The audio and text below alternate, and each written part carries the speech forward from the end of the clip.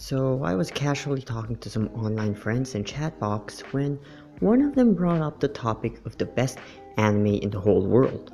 Now, this might sound like a simple question with a simple answer, but think of this. Can you answer without sharing yours or someone's thoughts? Some of you might say yes and prove your answer by doing research. But what if I told you that it's still someone's thoughts and thus this does not count? Which brings us to our topic for today. Does the best anime even exist? First, let's start off with what the public thinks is the best anime ever. If we go to my anime list, hashtag not sponsored, we'll see that the number one ranked anime is Kimi no Na wa, followed by Fullmetal Alchemist Brotherhood, then Gintama, and so forth. From seeing this ranking, I bet most of you might be thinking, Kimi no Na wa is the best anime ever! But if you look at other sites like Anime Database or Anime Planet, we'd see the three top spots with different places. And if we search sites like IMDb or Rotten Tomatoes, you'd see different shows entirely. Now, why am I suddenly pointing out IMDb and Rotten Tomatoes, you ask? Well, if you're looking for the best anime in the world, why limit yourselves in the anime community? If the best anime did exist, then it should have made its appearance in the Western world as well.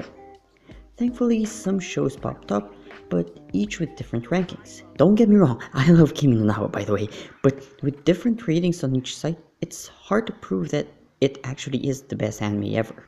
Now, I understand that most of the Western world probably don't care that much about anime, but the ratings are still there, so it must be a fact, right?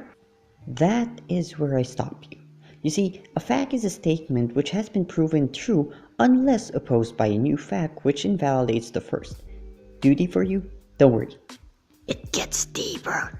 When it comes to rankings, it will always come from the audience. How they perceive the movie will then become the outcome of the rating. So if the audience loved the movie, then it'll make it the audience's rating.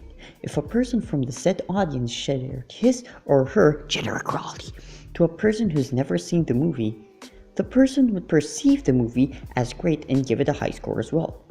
You may think that perhaps he loved the movie of his own free will, but if it weren't for that person in the audience, he'd probably think otherwise. But then you may be thinking, if public ranking doesn't work, then what about objective ranking? Well, you see, that doesn't exist. While it is possible to achieve objectivity through research, objectivity in literature and film will always depend on subjectivity. Even if you saw a source in the review that you recently read about a certain anime, it doesn't make it a fact. You see, in order to evaluate or criticize a work of art, we rely on theories and structures to support our findings. And these theories cannot state a fact because they're basically opinions from someone else's opinions. For example, take an apple. It's red. It's a fact.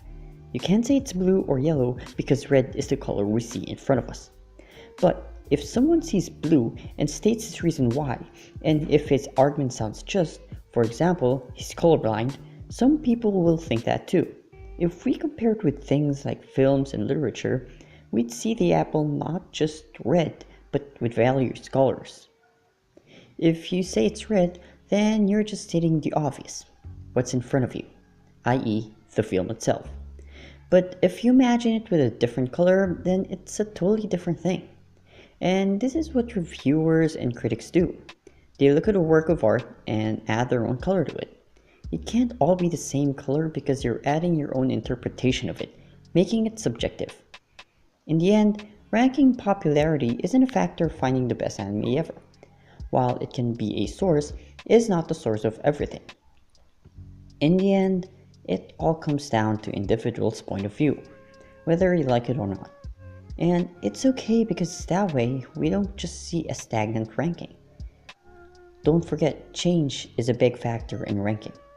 One moment a certain series gets top spot, the next day another series takes it. And it is through this change that we are entertained.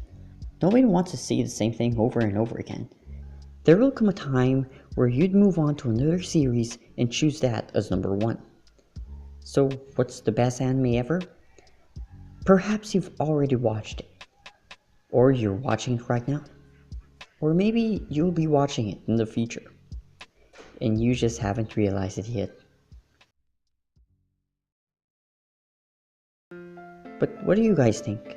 What do you think is the best anime ever? Do you guys think it exists? Let me know in the comments below. Anyway, that's all for me today. Sorry for the long rant, but I hope you enjoyed, and if you did, leave a like and also subscribe down there for more videos like this. As always, this is vanilla, not the flavor, but just the sweet.